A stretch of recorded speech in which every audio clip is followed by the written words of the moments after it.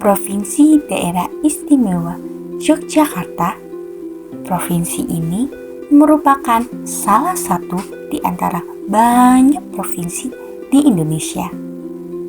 Provinsi ini terbagi menjadi 5 daerah, yaitu Kota Yogyakarta, Kabupaten Sleman, Kabupaten Bantul, Kabupaten Kulon Progo, dan Kabupaten Gunung Kidul. Keistimewaan dari Yogyakarta mengantarkan daerah ini menjadi tujuan wisata para wisatawan, baik dari dalam negeri maupun luar negeri. Daerah tempat wisata yang menjadi ikonnya Yogyakarta adalah Malioboro.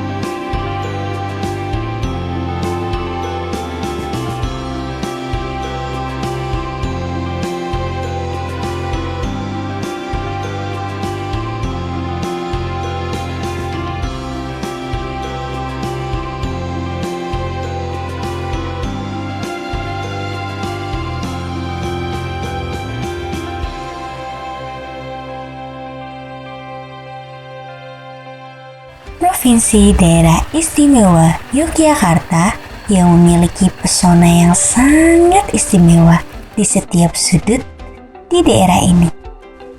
Salah satu keistimewaan ini yang dapat dirasakan di daerah bagian selatan Provinsi Daerah Istimewa Yogyakarta, yaitu di Desa Pucung Wukirsari, Imogiri, Kabupaten Bantul.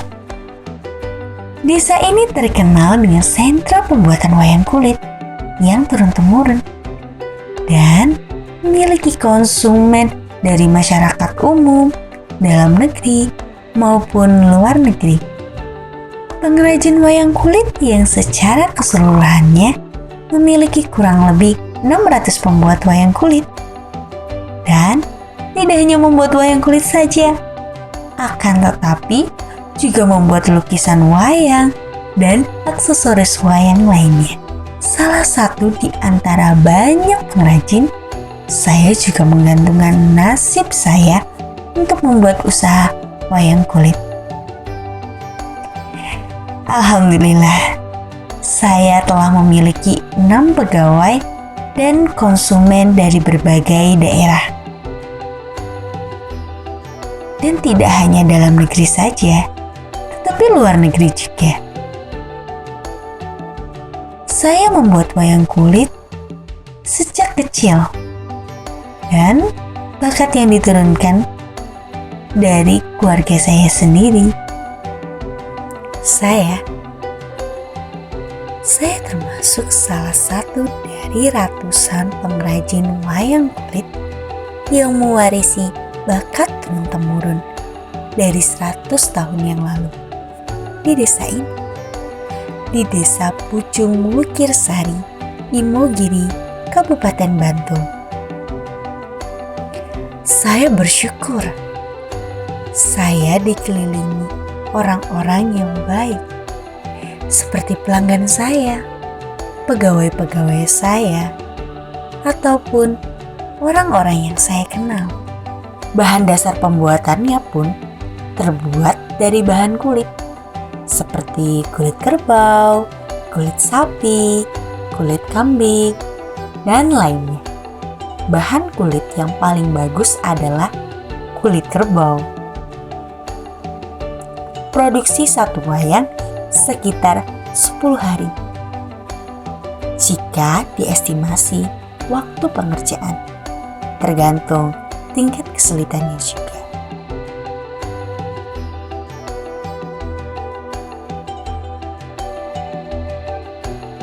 Terima kasih. Jadi begini, Sebelum kami bercerita panjang lebar, tentunya kita akan sampaikan bagaimana tentang sejarah wayang masuk di kampung saya di Desa Pucung, Desa Wirsari. Jadi pada waktu itu diawali beliau namanya Mbah kami ada Mbah Glimboh. Mbah Glimboh ini merupakan salah satu dia tokoh warga masyarakat di kampung Pucung sini. Dan kebetulan pada waktu itu Mbah Glimboh itu mengabdi di Keraton Ngayogyakarta Hadiningrat pada waktu itu hari yang ke-7. Pada kesempatan itu Mbah Glimboh di Keraton Ngayogyakarta Hadiningrat, dia untuk dipercaya beliau Wersa Dalem hari yang ke-7 untuk mengurusi wayang yang ada di Keraton Yogyakarta, sehingga dari keterbiasaan Mbah Glimboh mengurusi wayang yang ada di Keraton Yogyakarta, dia Mbah Glimboh punya rasa keinginan akan membuat tentang wayang kulit itu, sehingga beliau Mbah Glimboh izin beliau Wersa Dalem HP yang ke-7 itu ternyata diperbolehkan untuk belajar membuat wayang kulit, sehingga sepulangnya dari Keraton Ngayogyakarta Hadiningrat, Mbah Glimboh ini di rumah belajar membuat wayang. Kebetulan waktu itu Mbah Glimboh ini untuk belajar membuat wayang disaksikan tetangganya kanan kirinya, sehingga tetangganya itu juga rasa kepingin juga bersama-sama belajar membuat natah wayang, yang waktu itu Mbah Glimboh ditemani oleh Mbah Reso, Mbah Karyo, Mbah Cermo, kemudian Mbah Karso. Waktu itu berlima itu bersama-sama belajar membuat wayang kulit. Nah, pada waktu itu hasil karya pembuatan wayang kulit dari Mbah Glimboh ini dibawa ke Keraton Ngayogyakarta Hadiningrat untuk dimintakan saran atau dimintakan bagaimana hasil karya kita. Namun ternyata alhamdulillah beliau dari Wersa Dalem itu tentang pembuatan wayang kulit itu ternyata ada tanggapan yang sangat positif, sehingga dari Mbah Glimboh membawa wayang dari Pucung dibawa ke Keraton Yogyakarta. Itu belum sampai di Keraton Yogyakarta, waktu itu pada di Wetan Keraton Keben itu, di situ ada semacam toko kerajinan yang namanya toko kerajinan Cokro Soeharto.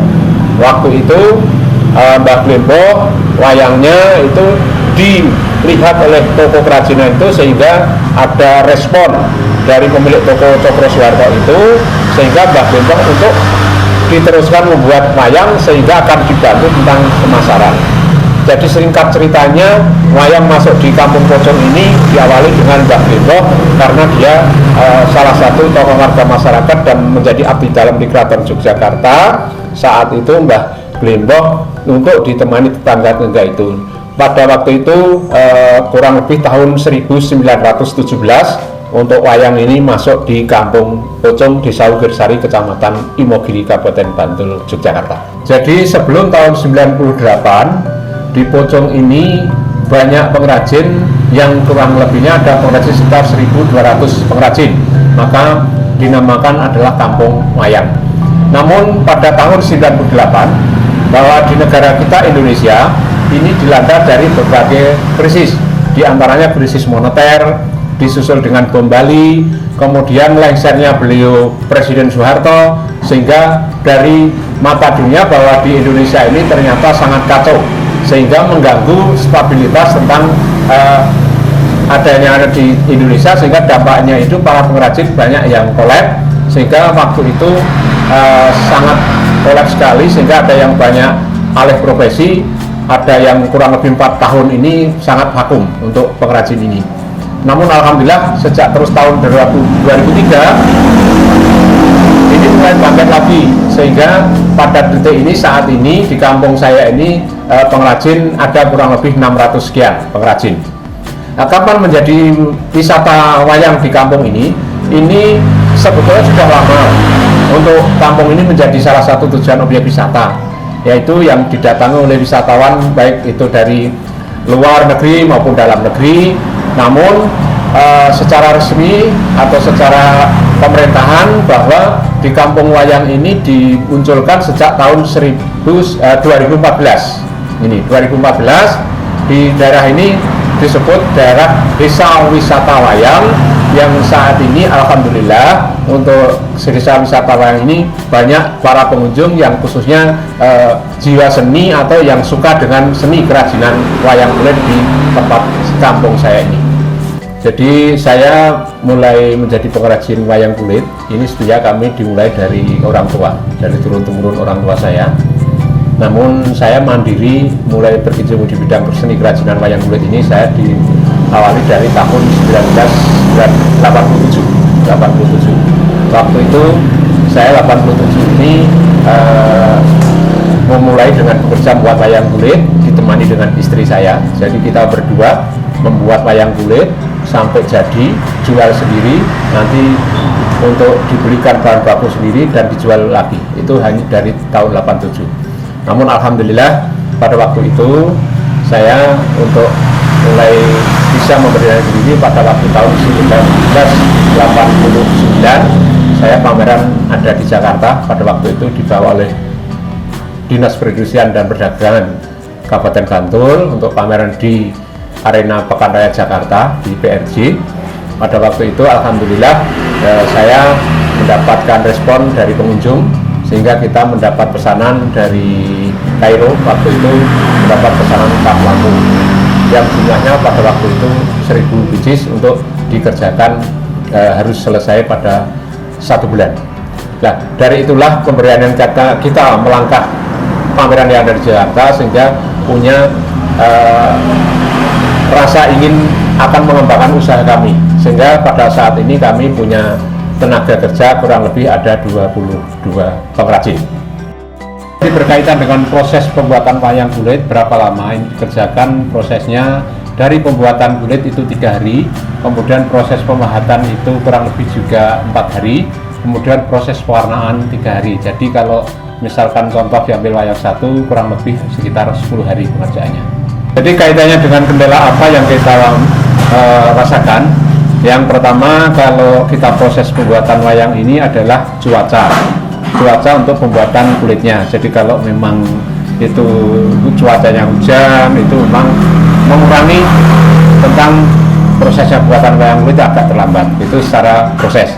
Kemudian kendala yang kita lalui untuk kita tentang segi marketnya atau pasar, yang awal-awalnya kendala kita adalah pemasaran, karena pemasaran pada waktu dulu itu belum kayak semacam sekarang. Namun alhamdulillah sekarang ini sudah ada pemasaran yang lewat IT yang sudah semuanya dengan adanya online, itu alhamdulillah sudah mendukung tentang pasaran kami.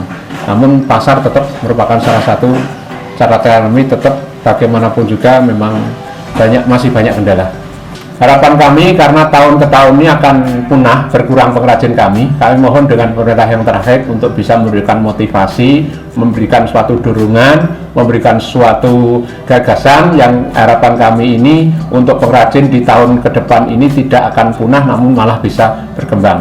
Dari itu kami selaku Ketua Paguyuban punya gagasan, semuanya ide bersama teman-teman pengurus, ini kami membentuk suatu sanggar kami, yaitu untuk belajar membuat wayang. Dan belajar wayang itu kalau dari warga kampung sendiri ini tidak kita pungut biaya alias gratis, dan kita sediakan tentang bahan bakunya, peralatannya. Ini tujuan kami agar untuk anak-anak kita itu tertarik membuat wayang. Dan saat ini kita mulai dari anak-anak SD, di SD Pocong ini dari muatan lokalnya kita isi membuat belajar wayang kulit.